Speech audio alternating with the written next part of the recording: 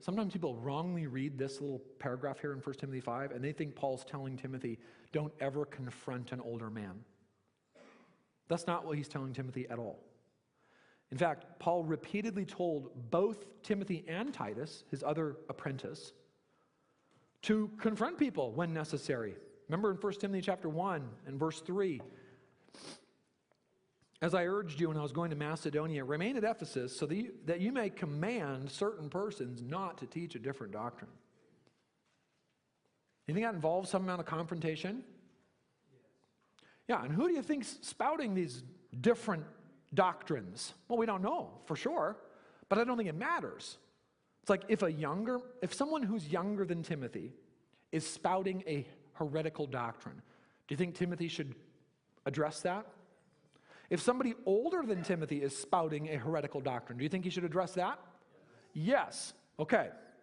Now there's a whole list of passages we could see this basic principle in. I don't want to belabor the point to you. In Titus chapter 2 and verse 15, Aiden, we're skipping some of these because we just don't need to. But Titus chapter 2 verse 15, this was explicit. He tells Titus, declare these things, exhort and rebuke with all authority. Let no one disregard you. Again, that's a kind of authority that I am loath to exercise. Right? What's he telling Titus there? He's telling Titus that when necessary, you look at somebody and you tell them, hey, look at me and listen. No, you don't get to look. Like what I do with my kids sometimes. You know? Sometimes I tell so one of my children has this habit right now of, I'll say, hey, girls, it's time to clean up. And she just walks out of the room.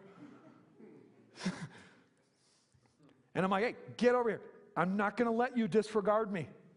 And Paul's telling Titus to do that. Do not let anybody, like Titus, when there is a need to rebuke, you do it. So Paul has told both Timothy and Titus, and there's lots of other passages there, to teach, command, proclaim, warn, and rebuke as necessary. So Paul, in 1 Timothy 5, he's not forbidding Timothy from giving correction.